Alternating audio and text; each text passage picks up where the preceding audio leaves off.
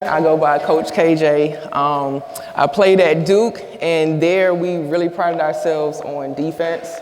Me especially, I really locked in on weight in that. That was my way to get on the court and contribute to the team. And so I'm gonna talk to you a little bit about pressure defense. I work with Coach B now at Fordham, and she likes to play at a fast pace. Like we want to play and score within the first 8 seconds of the shot clock, and so our pressure defense is what kind of helps us to push the tempo. So we've been working a lot on it here lately as far as forming traps and just putting the pressure on the defense, trying to limit the amount of space that the offense has to work with. So for our first drill, we try to have a build up to it. So our first drill, we do something that's called a circle trap drill. I think I found it a couple years ago when I was a high school coach myself, just roaming online. But what'll happen is I have 6 guys out and I just need 1 basketball. So in circle trap drill, we're focusing on closing traps, trapping angles, the responsibility of the trappers, as well as the responsibility of the stealer. And so what'll happen, say we wanna work on implementing our full court press, maybe we'll start here near half court. You can do it at any area on the court. So if we're focusing on ball screen traps, we would do it on the wing. If we're focusing on full court pressure, like the diamond defense, we'll do it more so near half court. So we'll have 6 guys, 3 of you on one team and 3 on the other. So you'll divide, I say the 3 in black, y'all are one team with the black undershirt, y'all one team, right? You can keep it on because the black shirt is the indicator. So come here, we have one person here, and you guys line up in between. So you form a circle, yep. You'll stand right here in between them. You'll be on one team right here, you'll be here. So just need 6 of you right here. And then you'll be, yep. So we're forming a circle right here, right? So you 3 that are in the black undershirts, y'all are one team. And you 3 that are in no or the white, y'all are on the other team, okay? So what'll happen is we'll put about 15 seconds on the shot clock. I'll toss the ball to a person, right? So if I toss the ball here, that means that you guys are on offense. So that initiates the play. As soon as that happens, the 2 closest players are coming to form a trap, okay? This person right here, we saying is the stealer, okay? So his job as the offensive person is to hold the ball for about 2 seconds so they have a chance to actually form the trap. And then he has to make a good pass out. As soon as he passes out, that's what creates the rotation, right? So right here, we're focusing on the 2 trappers, bringing their feet together to close the trap. We want them to mirror the ball. We want them to be in the stance and have active feet, right? So when I say active feet, we don't want you jumping up and down because the time that you spend up in the air, right, they can make a good pass or open up the passing lane or put the ball on the floor. So we want you to have active feet, be in the stance. You're mirroring the ball with your hands, wanting to apply as much pressure without fouling, okay? So we tell the trappers, your job is to make that pass as difficult as possible. That's your job. It's not to foul, it's not to try to steal the ball, it's try to get a tip, try to make it as difficult as possible and mess up the vision of the person passing. You as the stealer or intercept, you're playing in between, right? So you're reading the eyes of the offense, you're reading the eyes and the body language, right? So if he has the ball here and he's like getting under pressure and his shoulders are turned this way, well, he'll probably trying to make this next pass here. So you're trying to anticipate, not so much deny, you're trying to read his body and anticipate to get a tip or get a steal. Okay, and so what'll happen is you'll pass it, right? Now the next 2 will come trap. Yep, you 2 will come trap. You playing in between, you're doing the same thing. So we do this for 15 seconds at a time. We take score on defense only, so you get scores off of tips. A tip is 1 point, a steal is 2 points. So we do it for 15 seconds, and then we'll reset it. You'll toss the ball back to me. Yep, and then the other team will be on offense and vice versa. And it'll continue on. Each team will get a few rounds, maybe 3 or 4 rounds of it. So you guys, you ready to go live? Give them a little demo. Y'all got it? All right, I'm gonna go the same way. So, yep, just right here. So you're not moving offense. Your rules are you hold the ball for 2 seconds every time you catch it. You can't move, you can't dribble. Okay, you gotta be strong. So also on the other side of it, right, is teaching the offense to handle pressure. Making sure that they're not dragging their pivot foot, making sure they're not traveling, making sure they got their eyes up and able to make a good pass. Okay, so I'll toss the ball here, that's gonna play it. I'll pretend it's 15 seconds and you just guys keep passing it. Your goal is to get as many tips or steals as possible. Okay, here we go. Yep, pass it. Yep, good, that would be a point, that would be 2 points. Yep, keep playing it, throw it right back in. It's real quick pace. Yep, play between. Yep, good. Yeah, good, and hold ball. That's a good job, fellas. Good work, I like that. So we would do the same thing, but this time the black shirts would be on offense and then the white team would have a chance to practice the same drill. You guys have any questions so far about that drill? Again, you can do it anywhere on the court. So you can do it against half court. You can do it here in the corner if you want to say you're initiating your full court press. You can do it on the wing if you want to work on trapping ball screens. But it's just helping them to get down the rotations, to know what angle to come from. I'm glad you guys talk. I didn't even have to tell you that, but I'm a strong believer that you have to use every part of your body to defend, and your voice is one of the ones that you have to use as well. So good job on that first drill, guys. That's great work. All right, this one is going to be a little bit more difficult for me to demonstrate. It's a full court drill. It was one of my favorite drills. I got it from Coach G, Coach Gil Gueston course, because we did it at Duke. It's called Girls Game, right? And so what'll happen is I have 2 on defense set up in a tandem. Yep, there's 2 people on defense in a tandem. So 1 person here and 1 person there. Yep, you stand right here. I have 3 on offense. Yep, just hang out at half court for me for a second. So this is actually a full court drill, right? So these 2 would be on the team with 3 offensive players down here, right? So it's a total of 5 people. It's 5 on 5, but it's half court, right? So you can't cross half court.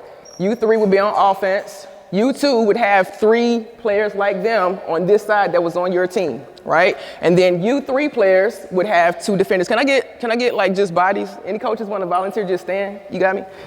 Yeah, stand. So you stand right here. We'll have, 1 more person right here, and then, 1 more. So you can be here.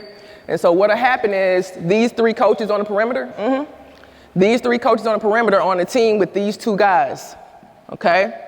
And these 3 guys on the perimeter are on the same team as these 2 that's in the tandem, okay? And so we use this because it's a competitive drill. We want to work again on trapping. So we'll start, you would have the ball and say you came and you scored, right? So here you go, 5. Yep, you still on, baby, you on, yep. So you score. As soon as you score, yep, your job is to take it out. You're on offense, right? So you 2 are working on breaking the pressure. As soon as you score, you 3 are doing the same thing that we just did. We're working on 2 trappers and a stealer, right? So we'll have 2 trappers and a stealer. So as soon as you score, we would tell you as the defender to angle yourself this way, forcing the ball in the corner, right? As soon as he catches, if he catches in a hot spot, we call this a hot spot. If he catches here, hold back, you're coming to trap. The person on the ball is coming to trap. You're going to be the stealer trying to play in between and anticipate the steal. Your job, guys, is to get the ball across half court. You have to inbound on this side, right? And once you inbound it, you're passing it to your teammates, and now they're playing 3-on-2, right? They're playing 3-on-2. They're trying to get a bucket. Offense, you're trying to score within the paint. Okay, and it goes back and forth, up and down. So we'll try to give it a run, right? You start on offense, the 3 on offense start. And the same thing with this drill. We put points on things that we want to emphasize. So you do score by putting the ball in the basket. But if you get a tip, then you get a point. If you get a steal, you get 2 points. Okay, so we want to put emphasis on them being aggressive and getting steals. So you'll play. Y'all playing 3-on-2. Play 3-on-2. Y'all playing live right now. Yep, try to get a bucket. Yep, and now you in it, now you in it, now you in it. Who's on the ball? You gotta talk about who's on the ball. Yep, angle it. Yep, close it. Who's trapping? Who's trapping? Yep, and you pass it across. Yep, now they scoring. Yep, now they're trying to score. You don't really have to score. So now they would score the ball. They would score the ball, and then you guys would come on offense. So you would have to take it out. So who's gonna inbound it? Yep, you're gonna inbound it.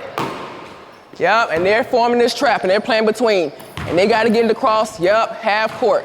Okay, so you're not crossing half court though. You stand on this side. Yep, you don't stand on one side of the court. One side of the court. So then you guys would go and try to score, doing the same thing, and it goes back and forth, back and forth, back and forth. Yep, put it in. If that don't happen, you going. Yep, you going. You're trying to advance the ball. Yep, trying to advance it. Boom. Yep. So a couple points of emphasis, right? You stay on your half of the court. The point of this is to work on a few things, right? We're working on our pressure defense as far as if they score, we want to get in it quickly. The biggest thing is you have to communicate because it's not one set person that can guard the ball. When you guard the inbound, there's not one set person. You have to talk and say, I got ball, I'm a trapper, I'm a trapper, I'm a stealer, I'm a stealer. You're working on your pressure defense, you're working on transition, offense and defense, working on that tandem and your rotations, right? Everything goes back to communication. Everything goes back to communication. But you want to get playing at a fast pace, so it gets really, really competitive, right? Because no one wants to lose. Like they looking at the clock, you working on time and score, you're working on attacking and transition, because again, we want to score in the first 8 seconds. So we want to score and turn right back around and put that pressure right back on you, make you turn it over again and get the game going really, really fast. So that's girls' game. It's very competitive. We play it in 2 to 3 minute increments. And then we can switch the team. So it's some strategy to it. If you think that, you don't want 2 post players trying to inbound the ball down here, right? You want a guard that can handle some pressure, working with your guards on handling pressure, not going to the hot spots, right, to receive the pass, catching the ball higher so that you can initiate the offense quicker as well, right? Any questions on girls' game? Any questions on that? All right. And then my last drill, thank you. Y'all good to go. I appreciate y'all help. That's good. That's good stuff. Last drill is called a scramble drill. A lot of times, we did this last year at Northeastern too, and Coach B, I stole this from her. A lot of times when you're trapping, right, you're going to end up in a scramble situation. Like as coaches, we want to get the steal every time. We want to get the turnover every time. That's not going to happen. That's just ideal. So the scramble drill is going to help them to work on what do we do when the ball is passed out of the trap. Right? Where do we go? How do we communicate? How do we close out? So in the scramble drill, I'll have just 3 of you on the perimeter this time. We'll have 3. Actually, we'll have 4. We'll have 4. I'll be the 4th person on the perimeter. You 3 will be in the paint. Okay? You 3 will be in the paint. On the scramble drill, we usually have 2 minutes on the clock. One team will go for like 2 to 3 minutes, and then we'll switch it out. The shot clock will be at about 20 seconds. What'll happen is our coach would toss the ball out, and that initiates the live play. So you 3 gonna all start with your hands here, like y'all right here, right? So as soon as I throw the ball, the play is live, okay? You score in this drill off quite a few things. Again, you gotta put points on the things you wanna emphasize, right? So in this drill, maybe we wanna emphasize closeouts. Like, yeah, we're in a scramble drill, but you can't just get blown by, right? So if you have a good closeout, you're gonna get 3 points. Maybe we want to emphasize box outs, which we did a lot last year. We want to emphasize boxing out. So if every person boxes out someone, clearly we have an advantage because it's 4 of us. But if you hit someone, if each of them box us out, +5, because everyone did their job, right? If you had good talk, you communicated well, so we don't have 2 people running that one ball, right? +2. So whatever you want to emphasize, that's the way you're going to tally the points, okay? Offense, you're trying to score, but you only score in this drill off of defense, right? So I'm here, I'll be the coach. I'm on offense too, okay? I'm on offense too. As soon as I pass it, you guys are live. All you're trying to do is stop us from scoring. You trying to get a stop, and we trying to get a bucket. Cool? Here we go. Yep. Yep, get your bucket. Yep, and box. Yep.